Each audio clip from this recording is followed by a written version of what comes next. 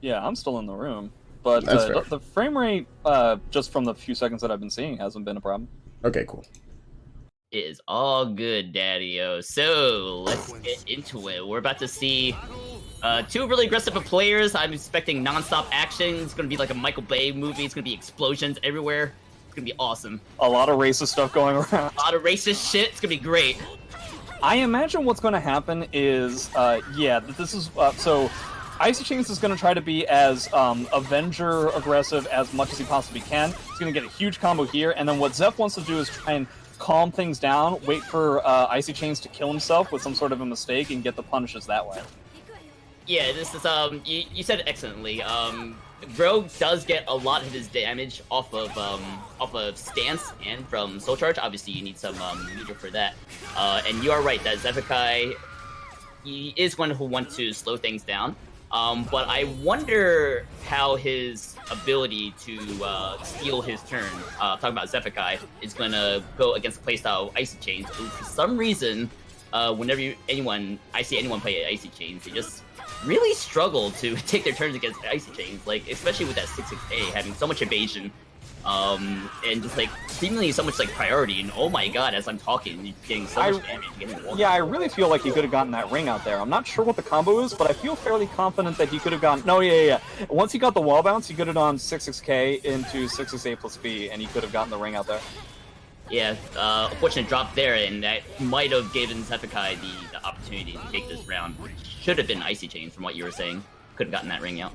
Yeah, I imagine what's going to happen is, or what Xeph is going to be potentially trying to make advantage of, is the fact that Sophie has quite a... Well, that's going to be around out there. But it's going to be a lot of Xeph trying to either utilize GIs, which he isn't really using all that much, and it is kind of his calling card. Or he's trying to use tech crouches to try and get away from things like Grøh 6A. Yeah, so that's the thing. So that's what's making this matchup kind of interesting to me, because like, you know, with Icychains' ability to like use 6A, or just like, hey, it's always my turn forever, and Xephukai's ability to, you know, use those GIs, use the movement, use the counter movement to you know, steal his turn. I just kind of like think that's an interesting matchup. Like, who's gonna really prevail, the gorilla or the counter to the gorilla? What is a counter to a gorilla? A bear? A bigger gorilla? A bear? No, that can't be a gorilla. It can't be a bear. Why can't it be a bear? I'm thinking something wing with wings. Something that has like flight. I'm saying like so you're saying you don't think that a bear could beat a gorilla in a fight? I don't think a bear can beat a gorilla in a fight. I mean, that's wrong though. Like, you're talking about... Okay, so like, what kind of a gorilla are we talking about? I'm thinking of like a brown bear. Oh, well, brown bear, you know, that definitely changes the game. I mean, you're gonna talk about brown bear, like I can... What were you thinking of? All night about a brown bear. I have to think about that. I mean, tell me what you thinking of like a red panda bear or something? It's just, yeah, you know, just That's your mistake. Yeah. The first thought didn't come to me that it was brown bear, but holy shit, look at these anime-ass colors. Alright, so we have a fight of Japanese royalty and somebody who works in a formal Japanese embassy at the Indian port. First of all, Xianghua is Chinese, you're racist. Second of all, I think... Well... You know, I guess I owe somebody an apology. I'm still waiting on one. No, I didn't say it was you. Oh, god damn it. Xephukai switching to Xianghua. That is... Okay, wow, that was way too fast. Yeah, he got the ring out, and then that was the end of the round. It was kind of interesting that Icychains decided to back up all the way to the edge of the stage at the beginning of that first round. I wonder if something weird was going on. And I kind of like the choice with Xianghua here, because Xianghua does get a lot of damage when she can pull off the auto GI, so I'm guessing he thinks he will get just better payoff when he is able to use those auto GIs on Xianghua more so than Sophitia, but it doesn't look like it is being too much of a factor yet. We still got a long ways to go, a lot of information to get from the opponent, and a lot of conditioning he had. But hey, he hasn't done anything to really slow down Xeph yet. My initial idea is that he wanted somebody that had an I-10, for stuff like that. He wants to be able to try and like catch those 6-6Bs and 6-6As, even when he might be at slight frame disadvantage. But yeah, the amount of damage that Icychains is getting on some of these like wall hits and/or just Avenger mix-ups overall has made it very difficult for Xeph to try and keep up. Yeah, I mean, besides that round 1 ring out that Xeph got, looks like Icychains more so able to take advantage of the ring's edges and the ring outs and stuff. But Xephukai did get that round 2, so looking already an improvement over Sophitia from game 1. Still, I would definitely agree that for the most part, the pace of the game has been in Icychains' hands, and perhaps that's what Xeph is comfortable with. In fact, I'd be willing to bet it probably is. Yeah, but just okay, that was a great step 2G right into the full crouch 3D, which is arguably her best move besides the I-12 CE. So this is our first interaction with Grøh Soul Charge since the Xianghua pick. I'm gonna see. He ends up eating a lot of damage by trying to stay on the ground, but he does get the 1 duck that he needed. And he's going to be going into the last round with a meter disadvantage. He is going to get 1 bar, and for a lot of situations, if Grøh has the momentum, 1 bar is plenty. 1 bar isn't plenty indeed. He's just, especially in Soul Charge, he's just like a comeback wrecking ball. He's just so much damage.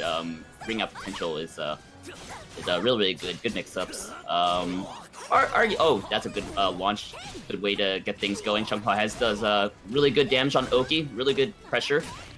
Getting all the right guesses. He's got a lot of momentum now. Good round, but here's a game changer potentially. Yeah, I don't think you want to crybaby there. The main thing that's going to be very difficult for Icychains to get away from is the fact that now you have to deal with an I-12C. Oh, well, there it is. The only 2-2B that is arguably better than Amy's. But yeah, something that I'd be willing to bet that Xeph wants to try and have in his back pocket is the fact that with this character, he is able to punish Grøh's 6-6AA with a CE. Yeah, which is Big Deer's Big Deer. What the hell? It is a big beer. It's true. We're talking about animals. Brown bear, eagle. Metal Gear. No, seriously, a brown bear would destroy a gorilla. Welcome to the stage of history retold. You're talking about. Well, I mean, the argument is they're basically about like as fast as each other, but the brown bear is like not twice the size, but he has so much more weight and muscle. I mean, bears are monsters. Bears are literal monsters. And he won't be able to outrun a bear. He's not really going to be able to outpunch a bear. The only thing that he might be able to do better than a bear is use tools. So depending on what the environment is. What kind of tools are we talking about? I don't know, like a gun or a... Can a gorilla fire a gun? He's got an opposable thumb. That's the one thing that a gorilla has against a bear, is that he has a thumb. Alright, well, if Icychains gets a gun, then, like, Xephukai is just gonna be... He's gonna be unstoppable against Xephukai. Well, he definitely won. Unfortunately, the outfit has... Caveman times, people who would have fought gorillas and bears. Man, he's getting some of these... All I heard was gorillas and bears. Oh, did I end up cutting out? Yep, but that made it even better, because you just ended the sentence with gorillas and bears. So all you heard was gorillas and bears, oh my? Which is all I need to... Understand what I'm going for? Exactly. Oh, wow, that weird hitbox.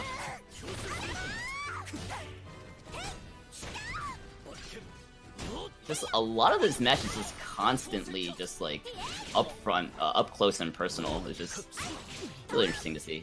The way that Xephukai is playing this very heavily reminds me of Partisan, where initially he felt like he was on a roll, and then he was getting hit by a few awkward hitboxes that were causing him to lose all of his life. And so Xeph is like trying to contain himself a little bit more. But one thing that Icychains definitely has is that he's aware of the ending strings that Xianghua has, and is able to use things like 6-6B and 6-6A to auto-evade them. Right, auto-evade them, getting around them. Xephukai, it looks like he's just kind of relying, oh my god, that's a lethal hit before I say anything. That's going to be a ring out, Jesus Christ. Yeah, I didn't actually know that was going to be a ring out from that far away. Alright, 3B on whip and a 3B. This is definitely fully legit so. Yeah, he baits him with a whip 3B, just to have him eat another 3B. Gets a GI and beats the reverse GI. course, that amount of damage is a mere pittance compared to what Grøh can pull off, and the problem is that he's going to have to potentially deal with a soul charge as well. But looks like Icychains is going to sit on the soul charge and just opting just do his patented with 3B setup into a 6-6A thing. Like, I think technically speaking that was a B, but yeah, definitely the technique that Icychains has gone for is with something into a move. Very perfect for this kind of environment. Whiff something as a bait or setup, and even if it's an unintentional whiff, it's always going to be a setup if it's Icychains doing it. 100% the initial 3B at the end of that game, along with the B at the end there, were 100% intentional. Yep. And he was like, huh, that's a great idea. There was no way in hell any of those moves are going to be hitting. Busting out the Geese Howard custom. Essentially what he's telling Xephukai is that this set is currently too easy. Oh, nice. Yep. I know fighting games. And we're getting the SNK stage. Not exactly King of Fire stage. I'm actually totally okay. I do enjoy this stage, it's just the loading time that I don't like. I don't like the loading time, but I like that we have a brand new announcer. Yeah. Fire. And the stage is cool. Yeah, it seems like what Zeph is trying to do is just try and step back just enough to where he can, like, evade Grøh's slightly bigger range, and it's working with questionable success. Yeah. So it's working in situations like this, but he is still, every once in a blue moon, getting hit by an errant hit, and unfortunately, because of the amount of damage that Grøh can pull out, that errant hit can sometimes mean an entire round.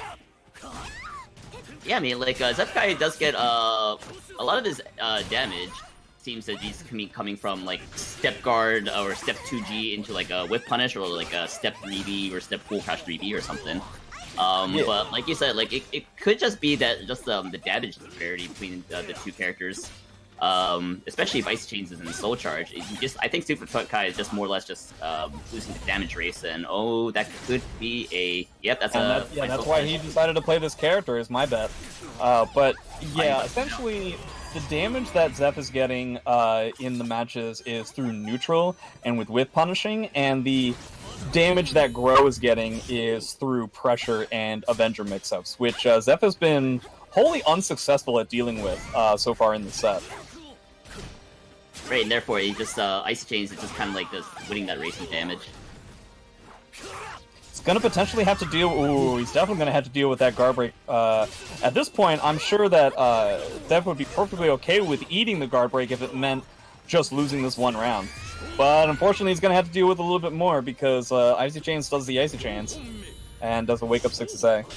So I'm gonna expect so once that bars turns red, I'm expecting a lot of counter hits where Xephukai will get a little nervous between blocking or trying to interrupt, and obviously trying to interrupt leaves him vulnerable to counter hits, which Icychains get a good healthy amount of damage on this Grøh, but yeah, just like that. So try to interrupt, and he eats a huge Stead of the Night B into the guard break on top of all that.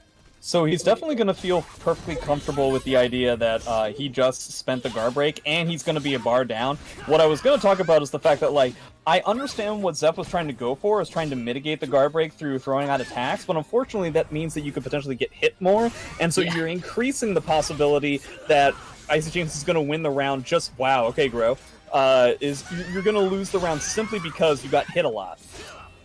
Now that was like Xephukai was just trying to be like controlled and like patient with trying to get the whip punish, while like Icychains was just like teleporting everywhere like a madman, not being too impatient. But then when he finally found, okay, maybe I can hit him here, he still gets hit by Icychains. So it's like I feel like that's just kind of like basically just a match in a nutshell. Oh yeah, he gets the CE. Yeah, he was looking for that the entire time. The only thing that he wanted out of this last round were opportunities to use CEs for block punishment and just for being an I-12 CE, which is something that one should expect when dealing. Because if you think about it, like in that Oki situation, what did Icychains really have as his go-to? He couldn't really use any lows, and because they would all be punishable by the I-12 CE, except for maybe 1B. If you do like the second hit, maybe, I don't know.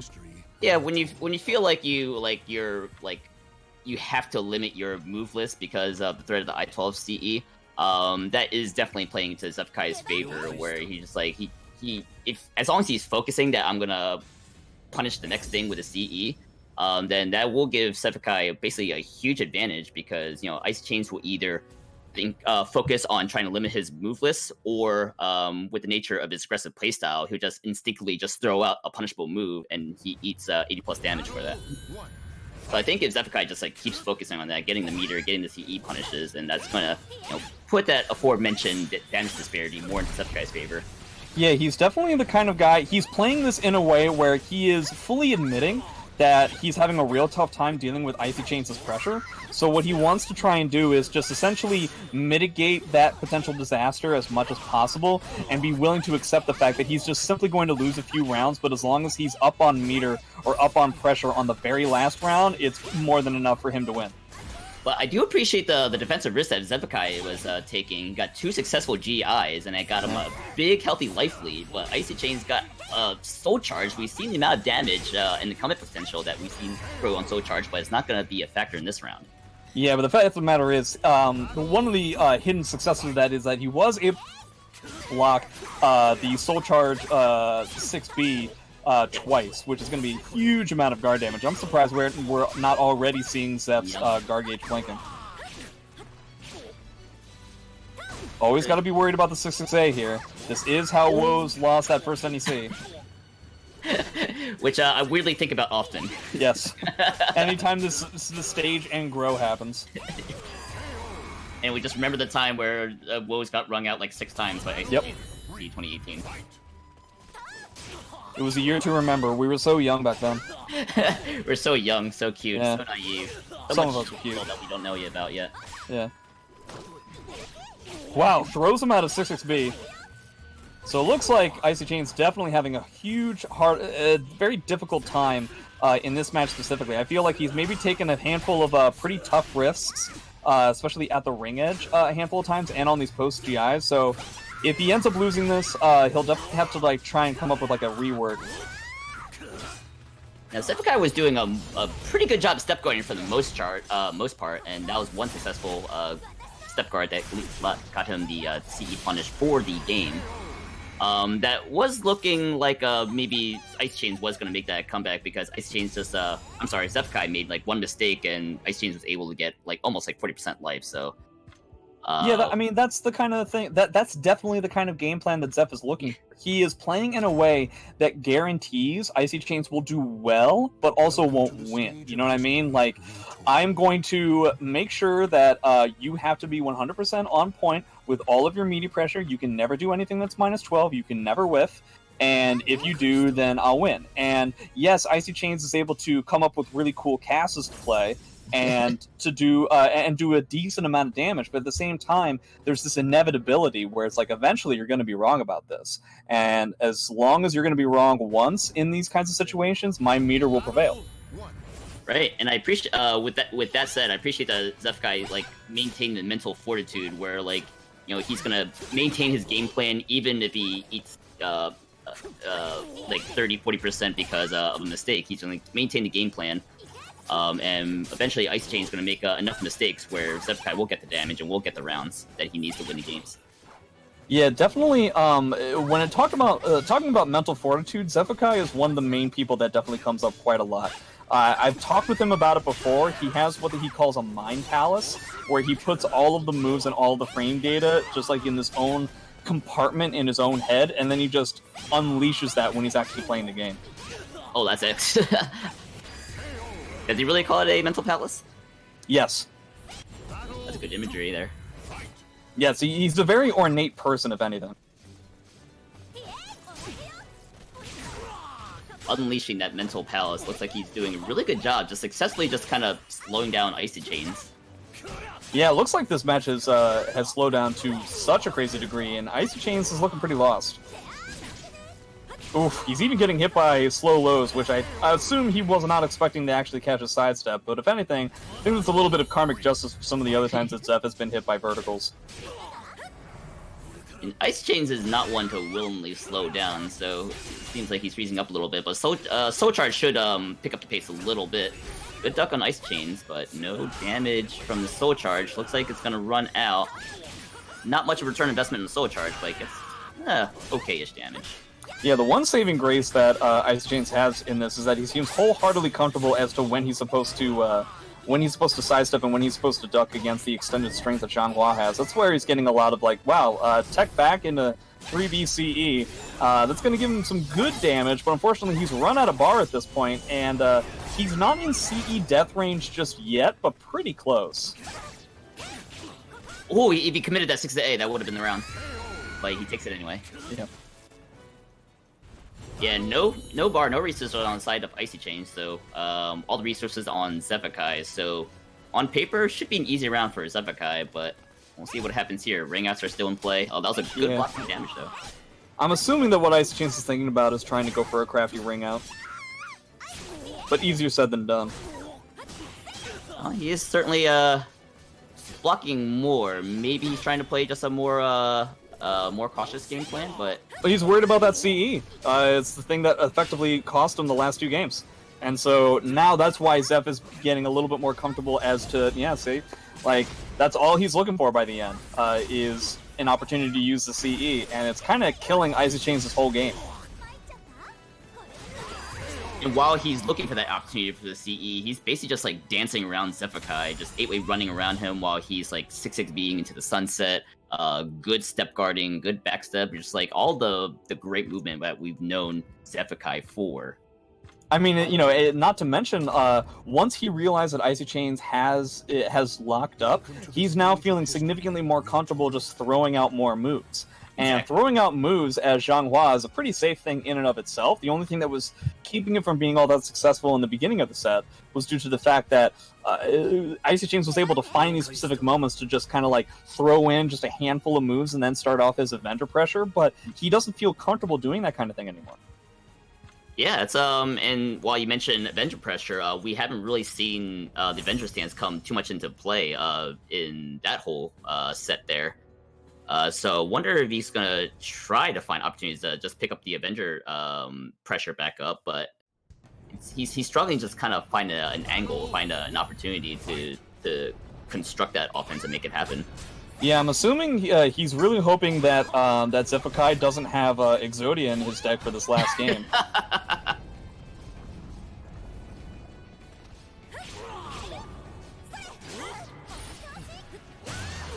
Man, that is the first time that Icychains did not go for a reversal edge in the past like game and a half, and that's the one time that Zeph adapted to it, and that sucks.